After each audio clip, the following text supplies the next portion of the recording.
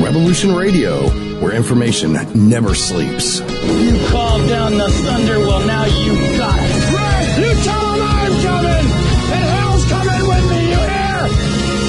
Hell's coming with me! Revolution Radio.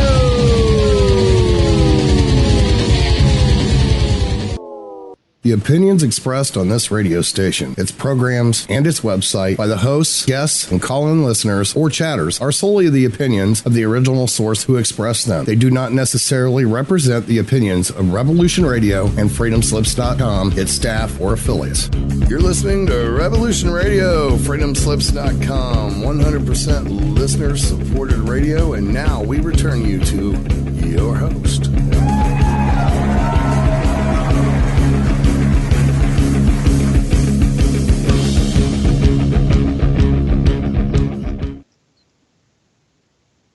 Hi, good evening. It's Christine Hart, and I'm coming in live from London tonight on a really beautiful evening. It's a kickoff to summer, and it's just fantastic weather. Everyone's out sunbathing, really, really warm. I'm indoors at the moment, and I'm putting together a show for you tonight. I have a really exciting guest who I'm really excited to have on the show. I'm really flattered that he agreed to come on the show. He is a real-life magician. Yes, you heard me right. He's also an author of many, many books. He runs a shop, and he is a super, super intelligent man. So I'm really excited to have him on. I just hope I don't come out with some ridiculous questions and make myself look silly, as one does in the presence of intellectuals. So I hope I hold my own, and I hope you enjoy the show. So I'm going to bring him on, and I didn't before. Here we are, because sometimes it can be quite difficult to wait a few minutes, and hopefully he will join us. Hello? Hello. Oh, hi, Aaron.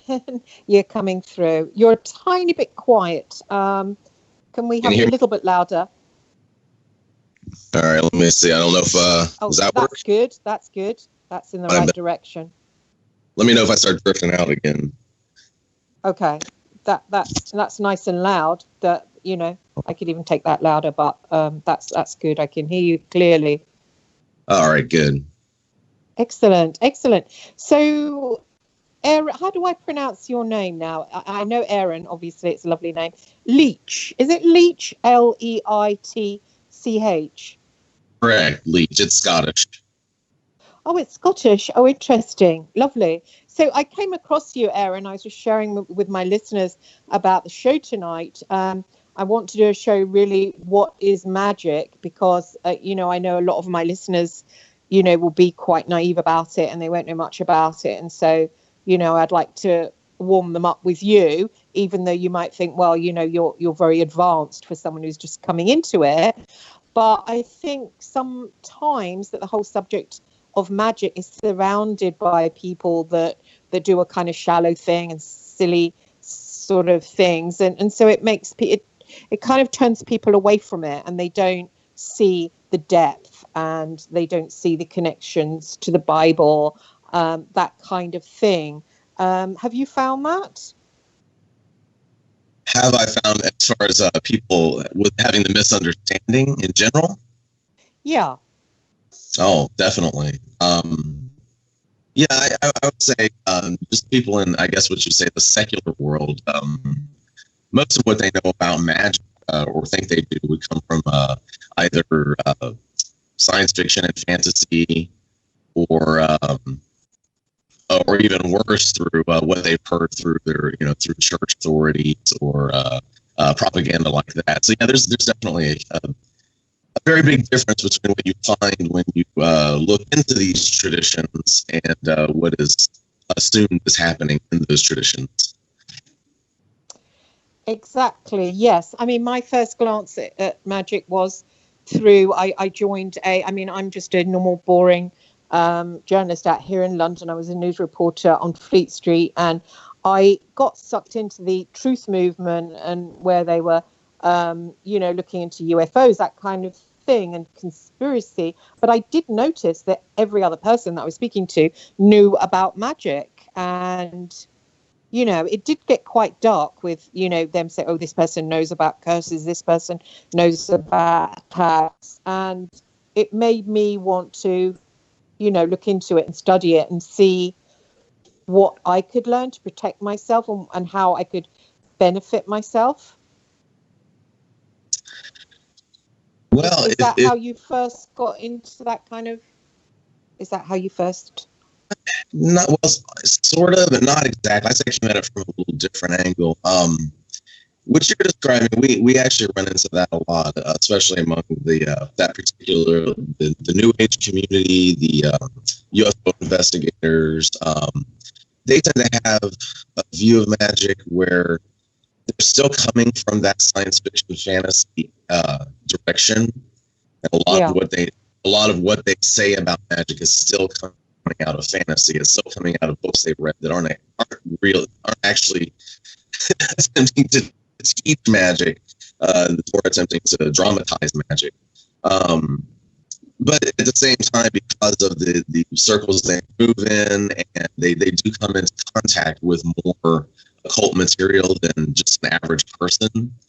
So it's kind of a good example of how knowing just a little bit can even be worse than knowing nothing at all.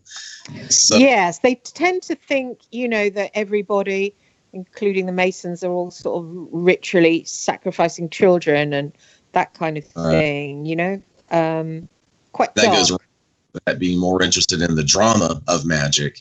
Or if you want to come at it from the religious side, like I said, if you hear about magic from church authorities, fundamentalists, and examples such as that, then you're still hearing someone who's more interested in dramatizing magic. There are, the sacrifices, and it's dark and it's evil and it's demonic and you should be afraid of it. So they're using scare tactics to attempt to influence your opinions. So yeah, there's. And I'd say it's not exactly easy to find your way in, or at least it wasn't when I began. Now today we've got people got the internet, and the channels are open for any information if you know how to look. But back when I was young, there was no internet, so you just had to start searching. You had to read book after book and talk to person after person, and little by little start weeding your way through all the fantasy and people LARPing, live action role playing, basically, but pretending it's real, to find any really good information. So that took me decades to actually accomplish. So it is not easy. Even if you go searching for information and you encounter some sources, that doesn't really mean that you're going to come away with even still any good idea of what magic is all about. No, exactly. I'm a research journalist, and I research, I'm pretty good at it. I was an investigator, but I still, I do feel a little bit like a rabbit caught in headlights. And I've been, delving, and I've been reading, but I would say I haven't got the faintest clue still. And I've just been reading away. And, it's like, whoa, it's like the penny. I think a penny has to drop in some kind of way. And then you think, oh, I see, because I was brought up a Catholic. I think because there's so much, black propaganda put out there, and we have this view of magic, and then we have witches being burnt, and you have a certain view, and you just can't really get that out of your head. And I think that forms a screen for the reality to come through. Yeah, pretty much. And, there's also a reason that it's called occult. Occult means hidden. And one thing I've learned over the years is it doesn't matter how many books are published. It doesn't matter how widespread the internet became, how easy it is to actually get the information you want. It still remains hidden. It still remains. It occludes itself.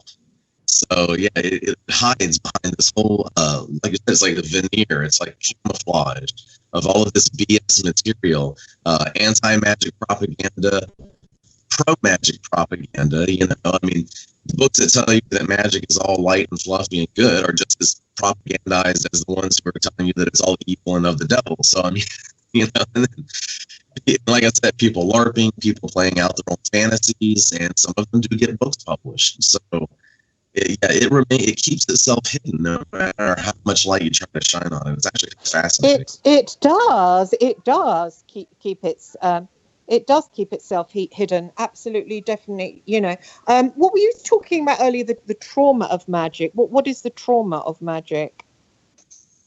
Not trauma, the drama. They want to drama. Oh, drama. I see. Yeah, I see. Imagine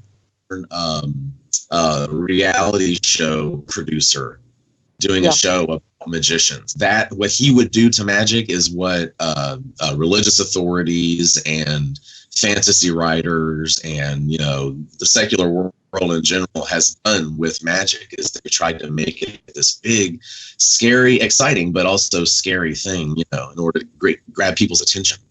Real magic would actually kind of be boring to most people, to be honest with you. Oh, do you think so? Oh, absolutely. I mean, when I began, the first thing you have to do is study. And when you find the real material that you're wanting to study and learn, the tradition is what I mean, the tradition that you want to study, and you fight your way through all the nonsense about it and find the core texts and maybe even find people who can help you. And I'm forgetting what point I was just about to make with that one. About studying, about the first thing when that it was boring, and the first thing you have to do is start studying, which people don't really want to do they? I mean, they don't really sit down and read And it's boring, because once you find those core texts or people, you will study. You will sit there for hours upon hours upon hours packing correspondences. Because see, magic, regardless of what tradition you follow, your tradition of magic is going to be about sympathy in some way. So if you're following what we call a psychological tradition of magic, which is what magical lodges often engage in, secret societies, they're doing what's called inner alchemy. But in order to do inner alchemy, in order to turn you are the base material, and they're transforming your spirit, your soul, your spirit into gold. You're purifying yourself.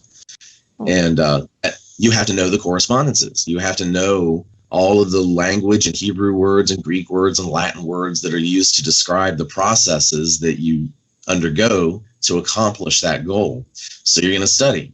On the other hand, if you're working the old magic, which is more like what you would think of as witchcraft, I mean, gathering together different herbs and making tools out of specific woods, and having to follow protocols in order to work with spirits and make offerings to spirits. Even there, you have to know all of the correspondences. You have to know why certain woods are used with certain spirits, and certain incenses apply to certain planets, and all the different forces of nature are represented in these systems of magic, and you have to learn. It's a language. Magic really is a language that you have to learn, and once you learn that language, then you can work the system. You can work the miracles. Wow. I know I've seen you've got a shop, and I've seen some of your oils, the one Abrahamin, am I saying that properly? Abraham. Say that again? It's Melon. Oh, Melon. That looked awesome. I could actually see it in the picture, and I could just feel it really. What can you explain what that oil is and what you would use it for? Pretty much everything in the book of Melon is taken out of various instructions given by God to, like, say, Moses, for example, in the Torah. All right. Was it? Wow. Yeah. So if you look in Exodus, Yahweh gives Moses all of the instructions on how to build the tabernacle. And he also gives instructions on how Aaron should dress as the high priest, and what they should have in their hands, and what they should be wearing around their necks. It tells them what incense to burn, and it tells them what oil to use. It gives the recipes for all of this stuff. So the book of Melon is a grimoire that utilizes all of that.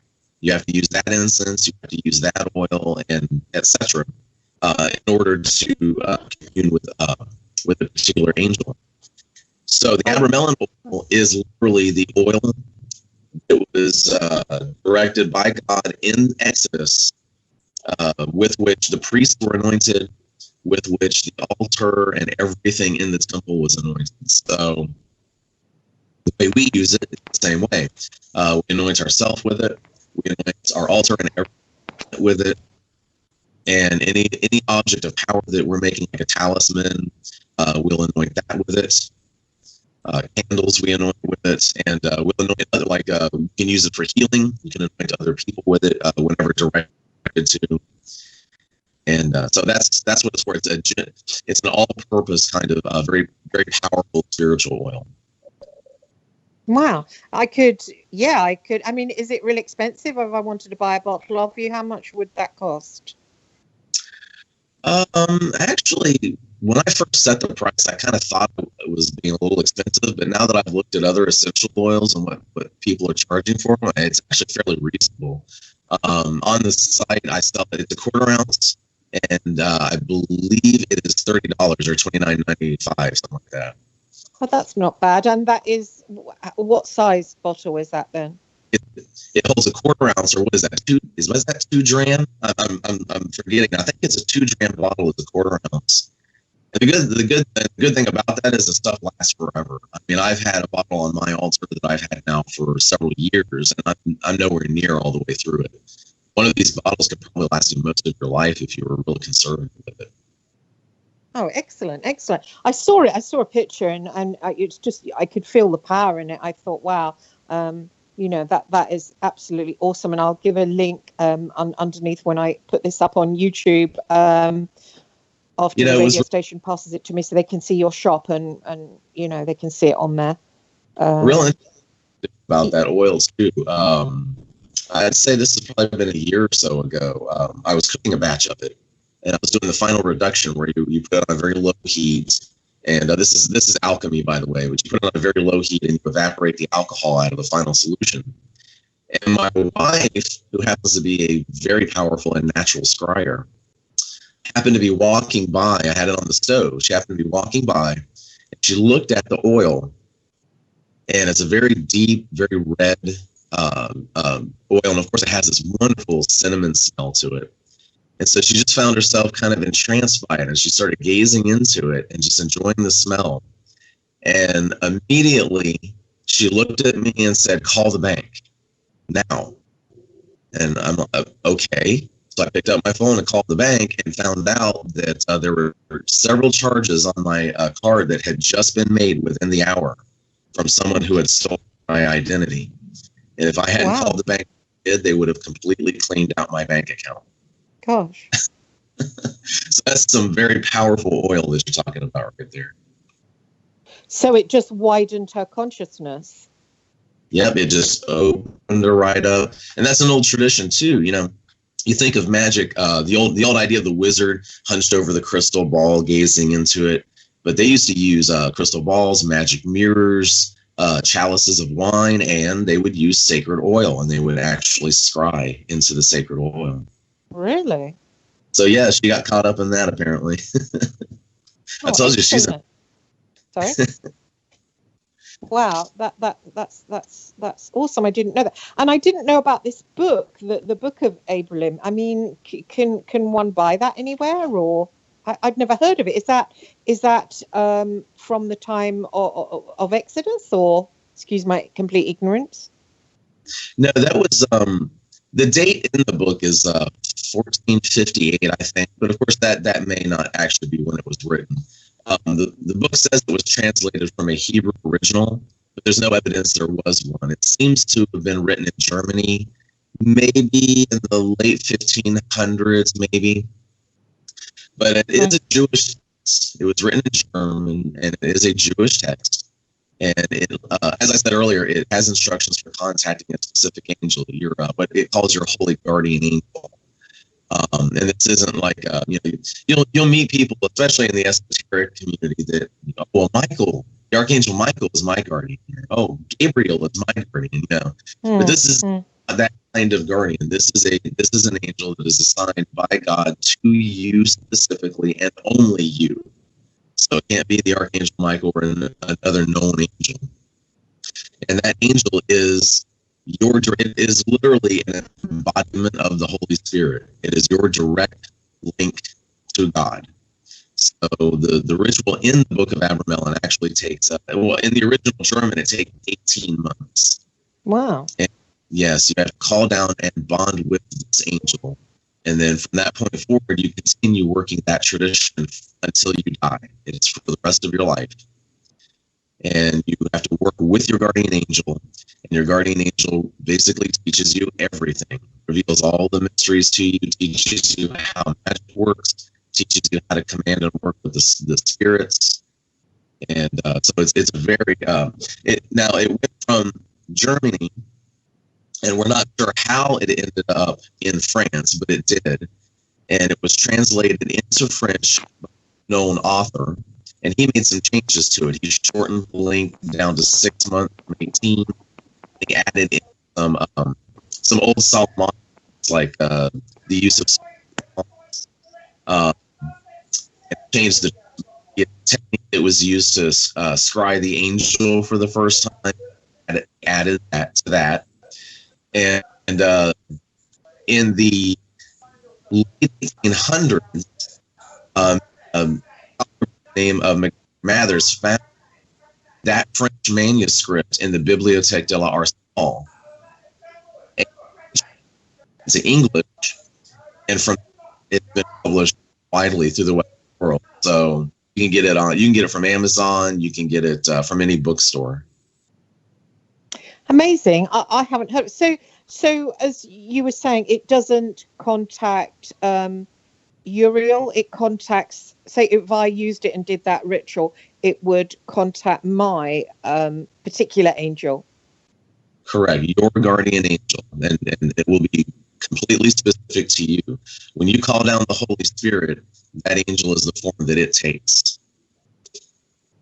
Oh, I see. And have we all got our own angel right now, even without doing that, do you think? That is correct. Everyone does. Really? Everyone actually has multiple guardian angels, but yes, the holy guardian angel is going to always be unique to you and you alone. Oh, interesting. I actually encountered an angel in a dream. And it didn't tell me I was calling it, that's not really very nice. He didn't tell me his name, but I felt it telepathically, and it said Sariel. And I looked it up, and Sariel, is that one of the sort of not friendly angels, or? I would have to look it up in some of my books, but it sounds like it might be an existing named angel. Oh, what? Sorry? Soriel, it rings a bell. It sounds like it may be an existing angel, one that we already know the name of, but I would have to check some of my books to see if I could find it. Oh, thank you. Yes, it is an existing angel. Yeah, I did look it up. It said it was one of the fallen ones. Is that a problem if one of us, if a human being starts talking to something that's known as a fallen angel? Does that lead to bad luck or something like that, or is that again black propaganda, do you think? It is. I mean, the answer to the question very simply is yes, it can lead to problems, but not for the reasons you think. You have to strip away all the propaganda, good, evil, the morality that the fundamentalist church puts on magic. What you're really dealing with in magic is either celestial entities or chthonic entities. Chthonic means underworld entities. And what did you call it? Chthonic? Chthonic, yes. Okay. That just means the underworld. Oh, right. It's not that, the celestial you can think of as the angels and the gods, and the chthonic you can think of as the demons. But it's really not as simple as that. For instance, the angels are not the good guys. And if you work with angels, they're going to just help you and love you and make life wonderful for you. And if you work with the chthonic entities, they are not all evil demons who are out to possess you and hurt you and want to eat your soul and all the stuff that you see in the movies. the chthonic, what we call the chthonic realm is the earth realm. But so all nature spirits, the elementals and the fairy and all the good creatures that you hear about in mythologies. I mean, unicorns and Pegasus and all of these other creatures that these old traditions would address. They're also chthonic entities. Anything that's associated with the earth plane. So like for example. One of the most common magical entities that even secular people will know about are the fairy. And you think fairy is these nice little winged, little things floating around granting wishes. But in the old lore, the fairy were called the sylphs. And the sylphs lived out in the forest. Sylph comes from Sylvian. It means people of the forest. And if you went out into the forest and heard the wind moving through the tops of the trees, that was considered to be the sylphs. Right. But the sylphs were ancestor spirits. All right. So if you went out into your own woods on your land and heard the sylphs moving through the trees, those were your ancestors. It was people who had passed on. So even the sylphs, even the little fairies associated with the air, are also chthonic ancestral spirits. So is there not such a thing as the underworld? There is, because the sylphs generally live in the air. The gnomes, however, live under the ground. The salamanders, who are the fiery spirits, the ones that Christians recognize as demons, or in Arabic lore they would have been called the jinn, very fiery, the mean-looking spirits, they also live under the ground. And undine, who look like mermaids, live out in the sea. Now, these are all, of course, spiritual creatures. We're not talking about actual fish people, sunning themselves on rocks. But when you work the magic and you have visions of these spirits, yes, the undines will come and they'll look like mermaid. They'll look like mer people. And so all these spirits take these different forms, depending on depending on where they live, in the air, under the ground, in the fire, in the water. But they are also just as dangerous. They are actually, no, let me rephrase that. They are dangerous, which everyone already goes in believing, because these are underworld spirits. These are elemental spirits. These are the ones that are supposed to be the bad guys, according to Christian sources. But not all of them are that dangerous and that evil. And not all of the angels are that good and that loving, because you can get hurt working with angels just as easily. So what you're really dealing with is not a moral position. These entities are not good and these entities are not evil. It's more like being out in the jungle and you're in an ecosystem and you're surrounded by creatures that have different abilities and functions. If you're out in the jungle, there are lions and tigers. Well, not lions in the jungle, but there can be big cats and there can be all sorts of insects and there can be different birds of prey and different amphibians, and you're just surrounded by wildlife, and none of them are evil. Now, can a whole lot of them hurt and kill you? Yes. If you're stumbling through the jungle and you come upon a big cat, you're probably not going to walk away. Now, is that cat evil? Is it serving Satan? Has it killed you? No, it's just nature. And when we work magic, that's what we're dealing with. We're dealing with entities that embody the forces of nature. So, yeah, one side isn't good and safe, and one side isn't evil and dangerous. It can all be dangerous. If you do the wrong, it can be dangerous. An angel.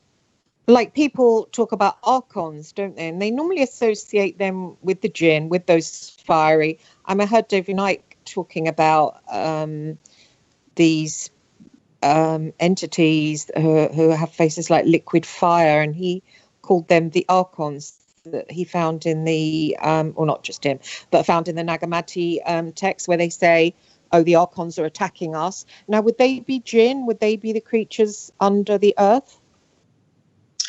Actually, no. The Archons do come from the old Gnostic religion, which is what you're seeing. What he mentioned, the Nag Hammadi texts. Those are old Gnostic texts. The Archons, Archons in Gnostic philosophy probably would have included those underworld entities, not just the ones under the ground.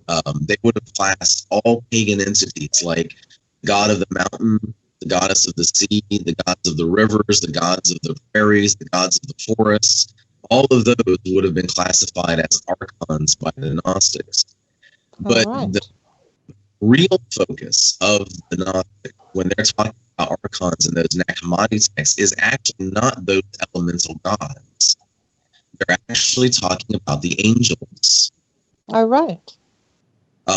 Which about angels in any old text, all the way back to the Bible, all the way back to the vision of Ezekiel itself, what you're seeing in those old visions, and when they're describing the angels in the heavens, they even refer to the angels as stars. And I looked, and a star fell from the heavens. Or Michael and Satan fought, and Satan drug 1/3 of the stars from the sky. Stars means angels. And the reason the reason angels are called stars in all of those old texts are because the angels are the stars. So when you look up into the sky, you're looking at night, you're looking at the angels.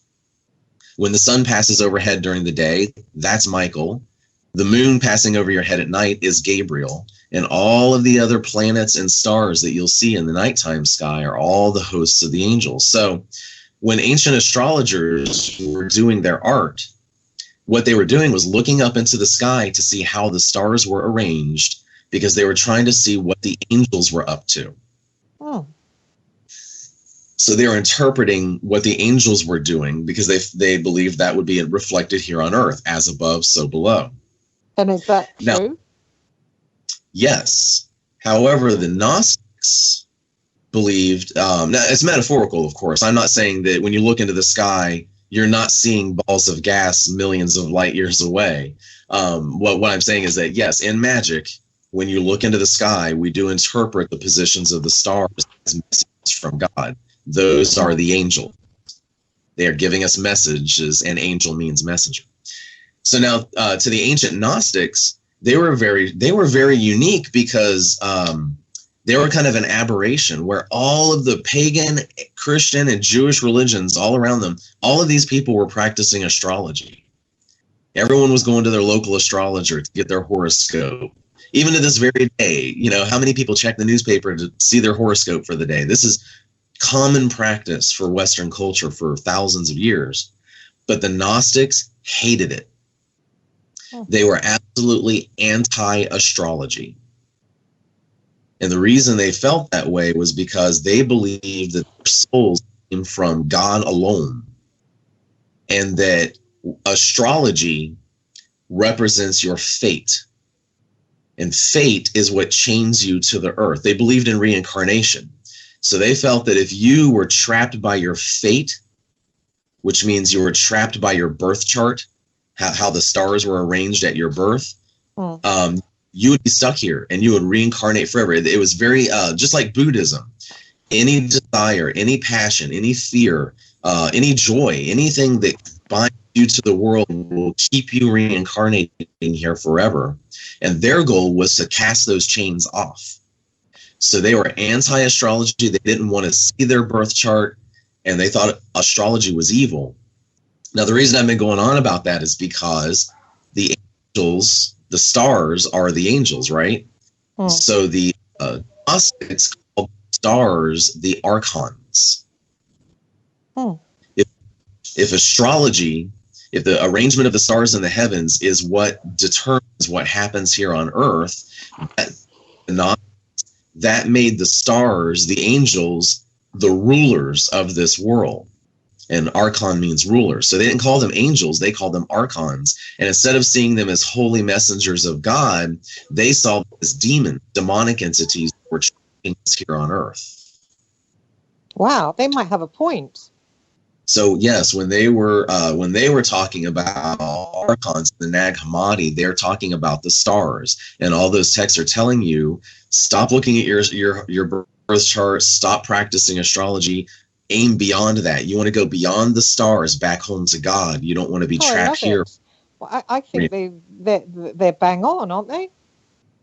In a sense, yes. And in fact, I happen to be an ordained Gnostic priest. Wow. We have a much softer view of astrology. Now, for instance, we don't see, whereas what I just said is true. You can be trapped here by fate. You can be caught in an endless cycle of reincarnation. Yeah. We don't call the angels archons. We call them angels because we see them as they're not the bad guys. They're not trapping us here on purpose.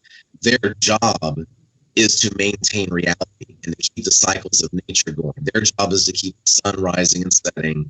Their job is to keep the tides of the ocean going in and out. That's their job. That's their So they're not bad guys. In fact, nature, God's creation, unlike the original Gnostics who thought that God's creation was an evil, broken thing that we needed to escape, most modern Gnostics take more of the idea that this is actually, or was, a paradise. The Garden of Eden. This was a beautiful, wonderful place.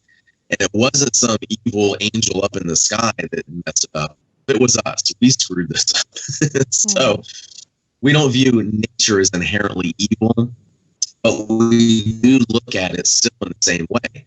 These angels, the stars, are the mechanisms of the universe, the gears of the machinery of the universe. And you can still get caught in those gears, and you can still get ground up and be trapped here, eternally suffering forever.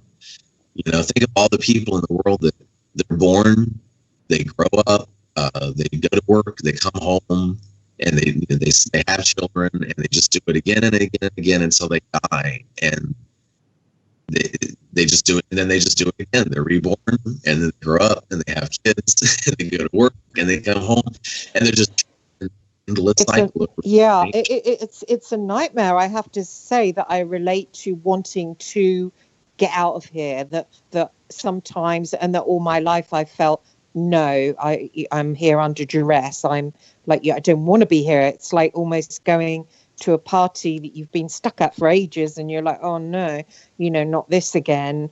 And I do relate to I didn't know all this. It's wow.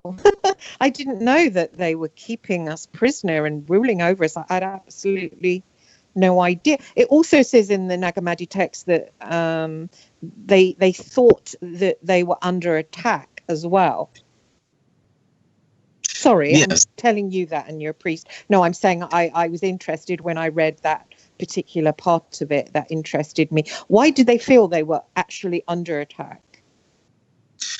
Well, as I said, the oldest Gnostics, those are called the Seth Gnostics. They were the ones who viewed the world as evil. They believed that all of the angels in the Bible were actually the evil archons, and they believed that the God of the Old Testament, the God who flooded the world, the God who turned innocent women into pillars of salt, that kind of thing, they believed that was actually Satan.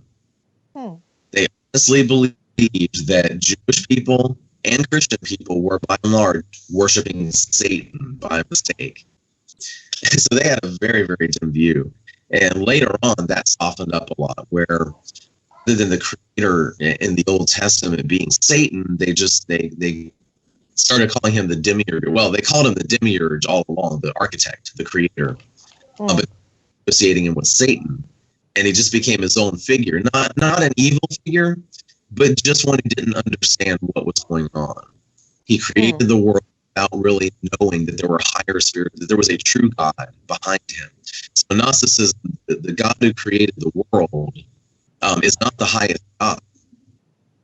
He is just the creator. That was his only job, was to actually build and manifest everything in reality. But he's just the lowest, most closest to us manifestation of this creative God force. But you can go beyond him.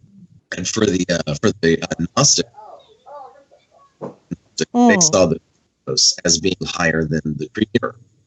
So if you read in the Bible, for instance, the book of John in the New Testament, that is actually a Gnostic text. The Gnostics wrote. And it starts out with, in the beginning was the Word, and the Word was with God, and the Word was God. Anytime you see that in the Bible, the Word made flesh, Word of God, that is talking about what the Gnostics call the Christos, the anointed. And they saw that as a vastly exalted spiritual force. It wasn't Jesus. Jesus bonded with that force at his baptism, but that force, as that book in the Bible says, was in the beginning with God and was God. So the Christo is distinguishable from the highest God. But the demiurge is just one finger of that sticking into our reality in order to do the work of creation. So the original Gnostics interpreted it that way. The original Gnostics thought that the God of the Old Testament was just flat out Satan. He was evil. He was bad. He was to be defeated. So the entire universe as a war between this deity, what they thought was the devil, and all of his archons who want to hold people here and keep them suffering for all of eternity. And all of the beings of light who were on the side of the Christos and the highest God who existed beyond the band of fixed stars in the realm of pure divinity beyond created reality. And they were wanting to fight their way past the demiurges, the creators, archons, to get out of the wheel of creation, out of the wheel of fate, and past the fixed stars. And by the way, that's how they interpreted the crucifixion. Jesus went through trials and tribulations and was crucified, and they interpreted the cross as the fixed stars, the four elements in the fixed stars. So Jesus being crucified on a cross was symbolically his physical body being nailed to the very wall of fixed stars at the edge of created reality, so that his spirit could break free and go beyond the cross, beyond that barrier, into the pure divinity beyond. And the Gnostics were attempting to do the same thing. They wanted to follow in Jesus's footsteps, and they wanted to leave the physical world behind and never reincarnate again, just return back home. So that's why you see him describing a war. And also in the Nag Hammadi text, this is also reflected on Earth, where you have the Gnostics who call themselves the sons of Seth. Remember, Adam and Eve had two children, Cain and Abel. Cain slew Abel and was banished. And he went out and took a wife and founded a city and had his own nation. Whereas Adam and Eve then had another son named Seth. So Gnostics believed they were all descendants of Seth. And so they were divine, and they had the spark of the light from above inside of them, a soul.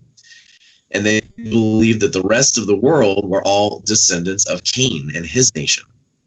And so all of the people in the world who are engaged in warfare, and who are lying and cheating and stealing and hurting one another and engaging in passion with each other, whether good or bad, in one another, and all these events that keep people trapped here in the world, in the cycle of reincarnation in the world, those are all the sons of Cain. So in the Nag Hammadi text, they will talk about this war between the sons of Seth and the sons of Cain. One of the texts talks about the sons of light versus the sons of Belial.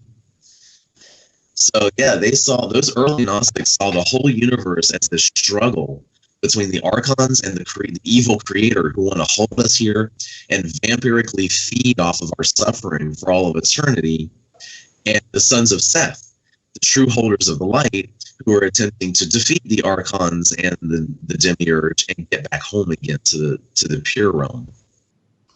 Why do people talk about the reptilians? I mean, some quite intelligent people talk about that, like, our military is supposed to be speaking to them. To do with them. You won't find any of that in the Nag Hammadi text. It has nothing to do with magic. That's all a modern movement. That's all completely new. It comes from the UFO researchers, but there is none of that in the old text. What's your opinion on that?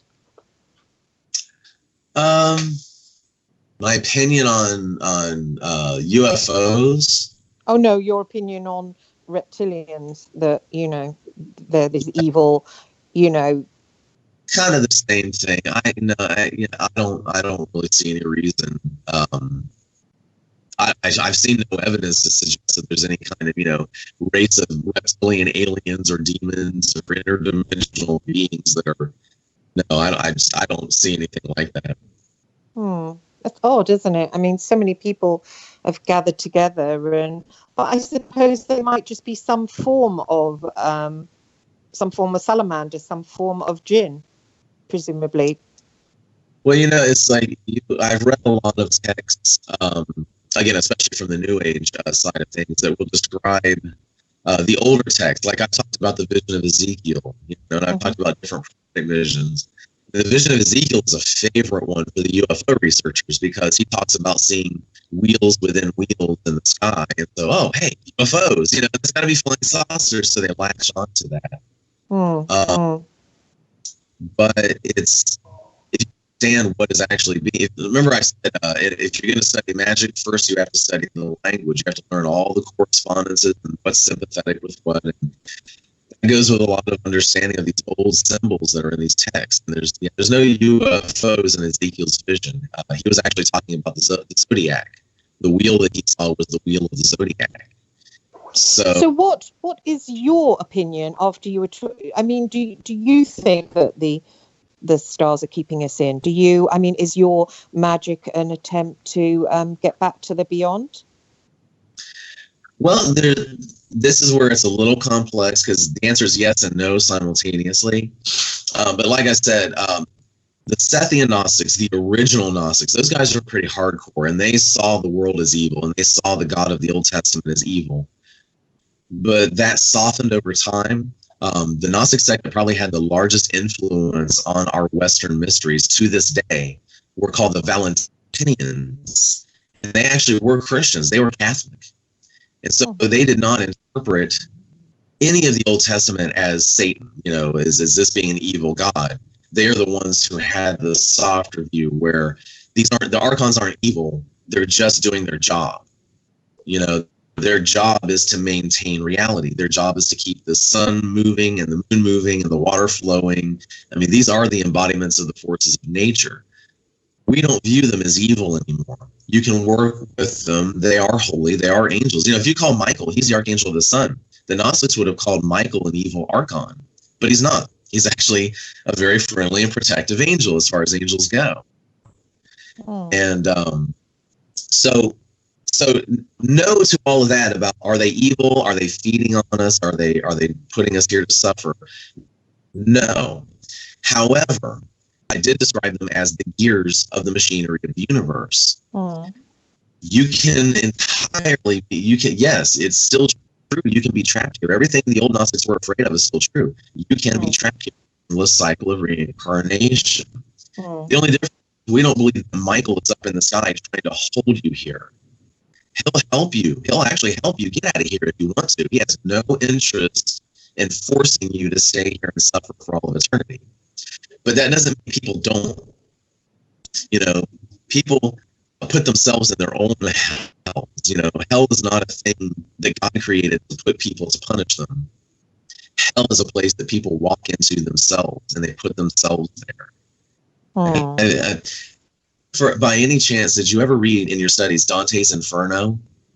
No, I've heard of it though. Oh, that's a medieval text. It's a medieval. Actually, it's an epic poem. And he wrote 3 parts. There's the Inferno, the Purgatorio, and the Paradiso. And it's just a poem where he describes a journey that he took through these 3 realms, a spiritual journey. He starts in the Valley of the Shadow of Death, and a guardian comes to him in the form of Virgil the philosopher. So this angel takes him into hell and gives him a tour of hell. And they go all the way through hell and enter purgatory, and he gets a tour of purgatory, and they get all the way through purgatory, and he gets up into heaven and gets a tour of heaven. But while it's not considered an occult text, in fact, that the Inferno part of that had a huge impact on Christian views of hell. Have you ever imagined someone going to hell and being punished in some kind of ironic way? Like if they were greedy their whole life, they go to hell and they have hot gold poured down their throat. Or if they were angry, they would go to hell and demons would just stand around them and scream at them for all of eternity. People have that kind of view of hell, right? Yeah. But you notice that isn't in the Bible. The Bible just says lake of fire. So where did these ironic punishments come from? They actually came from Dante. When Dante wrote the Inferno, that became massively popular in Renaissance, late Renaissance Europe. I forget the date that he wrote that. I'm sorry, but it's a very old poem, and people read it and they incorporated that into their views of hell, and it sticks with us this very day. And having read the Inferno, I was so impressed with his understanding of how hell would really work. You know, in the Inferno, you never see a soul getting judged by God. They arrive in hell of their own accord. And the reason they arrive in hell is because there was something in life that they couldn't let go of. Whether it was some horrible sin like greed or murder or, you know, whatever. Or there were even places in hell where people who spent their whole life flying somebody else's banner. You know, if you spend your whole life serving somebody else's cause and you never find a life for yourself, there was a whole area of hell just for them. And Dante said they were just running around and around that ring of hell carrying banners forever. So what he was saying is that you make these choices in life and you get caught in these patterns and you know, the passions, things that you want and desire, things that you fear, and those things are what put you in hell. And that's why you suffer. You suffer because of your greed. You can never get enough money. You suffer because of your insecurities. You suffer because of your fear. You suffer because of your hate. And though you walk into hell and you put the chains on yourself. That's our view of the whole. Taking the original Gnostic view of all of these spiritual entities being evil and that they're just here to hold you and make you suffer. That's the view that we take now. You may be held here and you may be suffering, but they're not doing it to you. You do it to you. I can see that. You kind of get like, I didn't buy a house when I was earning lots of money in Fleet Street, and I beat myself up every day. Oh, you should have bought a house, you know, and because the money's not as good as it was, you know, now. And I think about that every day and beat myself up about it every day and obsess about it every day and obsess about, oh, you should have a house. And I don't really enjoy the present day because I'm caught up in that, you know. And so that is like a hell, really, you know. So I can really relate, you know. Exactly. And what Dante was saying in the Inferno was that if you allowed that to obsess you to the point that it's all you could think about. And imagine people, I mean, this was just a bad financial decision. Imagine people who have been abused, traumatized, raped, kidnapped, prisoners of war, people with PTSD from the military, horrible things. If these things take over your mind and become your obsession and ruin, you know, the Buddhists say, don't live in the past because that's a poison. Don't live in the future because that's a poison. Live now. But if you are living in that past, if you're obsessed with that past, and that's what you think about every single day, and it ruins your enjoyment of today, and it ruins your ability to plan for tomorrow, then you could die. You could be in the car and get hit by a truck, die instantly, and you would go right on doing that same thing on the other side. You wouldn't even, you would just keep on obsessing that obsession. You would just live that obsession for all of eternity. Oh my God, that's really awful. Yeah. That's really awful. I mean, I feel trapped in it now. I mean, what's the way that one gets out of that kind of thing then? I guess faith, I suppose. No, not faith. Faith is just believing in something someone else told you. No, both the Gnostics, the ancient Gnostics, both the Sethians and the Valentinians, all of them agreed on this. And so did the Buddhists. They taught a thing called repose. They taught that you have to liberate yourself from your passions. You have to let go. You have to take the chains off and walk back out of hell on your own. So this is why in Buddhism they taught meditation so much. Turn off that inner dialogue. Stop living in the past. Stop worrying about the future. Stop being guilty about what you could have done back then. Stop worrying about what you might or might not do tomorrow. turn it off, rest, and find peace. Be at peace with yourself, be at peace with the world around you, and live in the now. And if you can find that kind of repose, which is what the Buddhist masters call enlightenment, by the way, once you've let go, really and honestly give up the fight and accept defeat and let it all go, say that this world and the world of the Canaanite people is not worth this fight, just let it go. Then when you do pass on, you can move on. You will not be trapped here by your own chains. So that was the key. Now we're not really talking about magic. We haven't been talking about magic for a while. But no, we've gone off. Sorry, but it's fascinating. It comes to spirituality, when it comes to Gnosticism. By the way, Gnostic means to know. We believe that you have direct experiences of God and the angels. You don't go to a priest. I am a Gnostic priest. You go to a priest for things like mass and weddings and stuff, but the priest cannot be the one who speaks on behalf of God for you. So it's. Oh, we're just going to break, Aaron. Do you just want to mute your mic and just have a drink for 2 minutes, and then we'll be back after the music, if that's okay? Thank you.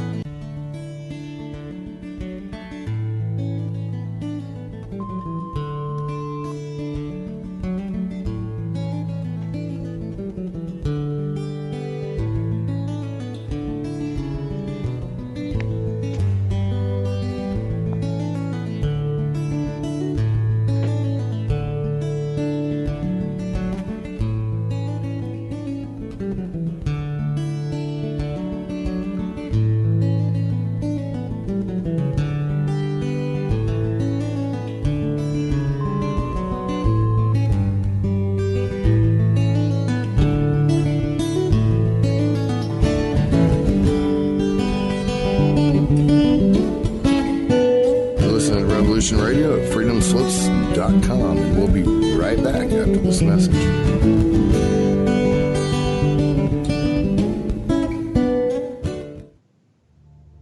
Join the Sacred Matrix with hosts Janet Kira Lesson and Dr. Sasha Lesson, 6 p.m. Eastern Time here on Revolution Radio. Here we free ourselves from the God spell, transform the perverted matrix to the divine one. We become conscious, and we embrace universal, unlimited love. We feature colorful guests and topics such as extraterrestrials, ghosts, interdimensionals, and alien. We examine evidence, anomalies, archaeological ruins, and anthropology. We explore past lives, future lives, life between lives. We get into astral projection, near-death experiences, archetypes, visions, and dreams. Episodes include time travel, teleportation, counseling, spirituality, tantra, relationships, peace, shamanism, peak experiences, and ego transcendence. Join the lessons Saturday, 6 p.m. Eastern Time here on Revolution Radio at freedomslips.com for the Sacred Matrix, a divine paradigm of love.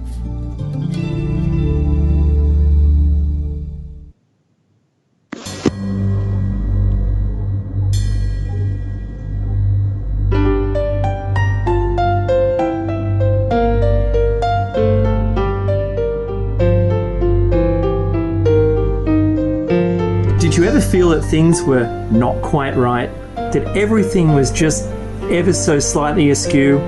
Do you have, to paraphrase Morpheus, a splinter in your mind? If you're interested in hearing the latest information about UFOs, the paranormal, ancient cultures and structures, monatomic elements, longevity, fantastic discoveries in science, download it to your brain, then tune into us. Hi, I'm Dave.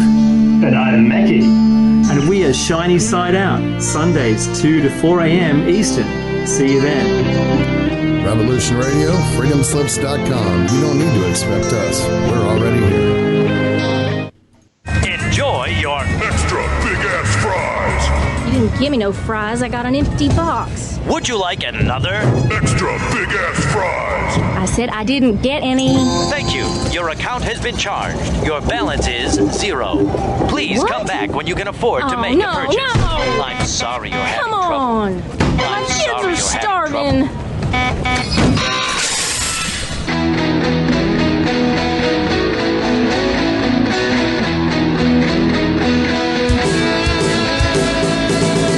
tuning in to Revolution Radio. Here at Revolution Radio, we believe in freedom of ideas, freedom of speech, but above all, we believe in freedom of existence through self-reliance. This station is 100% listener-supported, and as a fundraising promotion, I have a kick-ass free gift for a $100 donation. 35,000 seeds. 25 years in the freezer. Long-term storable, 54 different varieties. So if food prices go crazy, the shit hits the fan, or if you just want to save tons of money every year by creating your own food like I do, grab our seed pack special. Just look for the banner on the homepage at freedomslips.com. Don't be a statistic. Don't be part of the problem. Be part of the solution. We need, as humans, to start taking care of ourselves and not depending on the megacorps to provide unhealthy, nasty food. Included in this package is also a DVD with 900 survival and off-grid living documents and the offline home canning how to do everything website all on the DVD. So when you're growing all that food, you know how to can it, store it, preserve it, etc. with all these documents. So thank you for tuning in to Revolution Radio at freedomslips.com. I hope that you will pick up this package and start learning to be free. Revolution Radio, freedomslips.com, where information never sleeps and freedom is one seed that needs to be planted.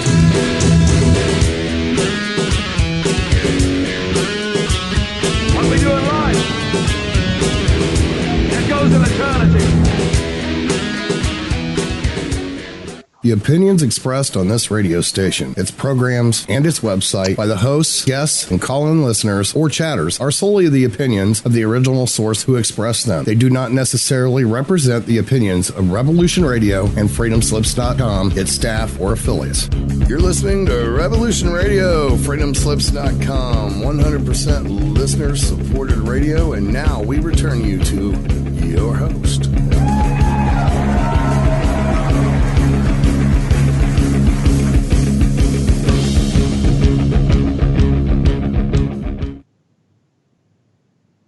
Hi, it's Christine Hart, and I'm back with you for the second part of the show. And I'm broadcasting live from London tonight on a really beautiful summer evening.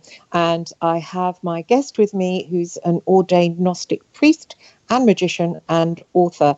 It's Mr. Aaron Leech. And I hope you've caught the first part of the show. If not, don't worry, because you will probably be able to listen to it sometime later. So, Aaron, are you still with us?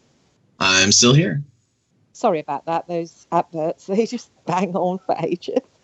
Lovely. So, right, now, where have we got to? So there's just a little bit that I don't really understand from your worldview at the moment. So what about the fallen angels? Now, where are they? Are they the same as the stars, or are they in a different place? I mean, they're supposed to be in somewhere called Tartarus, wherever that might be.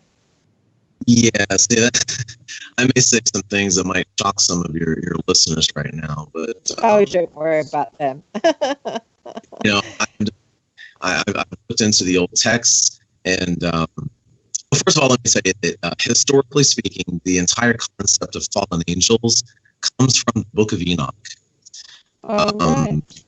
Probably heard about that. It's fairly popular. There's different versions of the Book of Enoch, but the one I'm talking about, we tend to call the Ethiopic Book of Enoch. Has that name not because it has anything to do with Ethiopia, but the book, or you can even call it the Testament of Enoch, but no one does. They call it the Book of Enoch. But it would have been a testament. It would have been a biblical testament. It would have been in the Bible, and it was for a long time. But church authorities decided it said some things they didn't really like, so they ousted it. That happens a lot in biblical history. And the book actually got lost. It was lost hundreds, maybe even a couple thousand years. And it was finally rediscovered like in the 1940s or something. So relatively recently, we're talking about the biblical history. And it was discovered in an Ethiopian Orthodox Bible. So in Ethiopia, their Orthodox Church had retained it for all that time, and no one in Western culture knew about it. Wow. finally somebody found out, hey, they have the Book of Enoch, so we've got it now. And because it was found in the Ethiopian Bible, written in Ethiopian, we call it the Ethiopic Book of Enoch. Okay, so that's the history. It comes from that book, and in that book, a band of angels known as the Watchers descended. They became enamored of women, and they betrayed the secrets of heaven for sexual favors with human women. And the women began to give birth to the Nephilim, which in the Old Testament, it means giants, but if you read this portion of the Bible in Genesis, it says that all of the old heroes were Nephilim. So it's actually making reference to like the age of heroes in the Greek mythology. So when Hercules was running around, he was a Nephilim. When Achilles was doing his thing, that was the Nephilim. Jason and his Argonauts, they were Nephilim. So all of these superhuman, strong people who kind of ruled the world for a while, that was the age of heroes. And in the Bible, God decided to flood the world to get rid of those superhumans so that regular humans could take over the earth again. And I'm sorry. Now, which god was this? Which god, as in what? As in which god decided to flood the earth and get rid of them?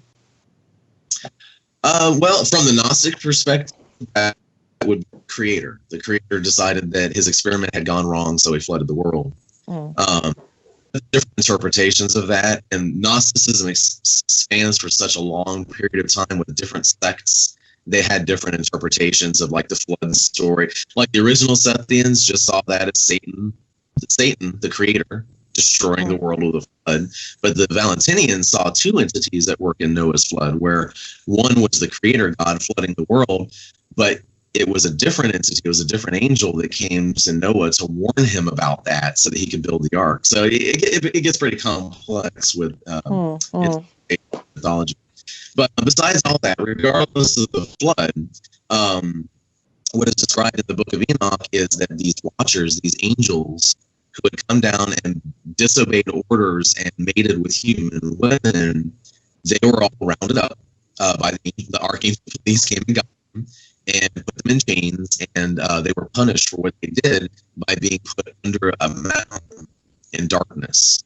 And it states in the Book of Enoch that because these angels, these watchers, actually came to Enoch and said, please, but go to God and get, and plead our case on our behalf. He did, and God basically said, nope, they have to stay in the chains for what they did.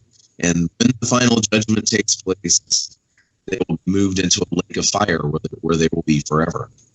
So that concept of being punished by being put under the ground in chains, and also the concept of the lake of fire, all came from that story in the Book of Enoch.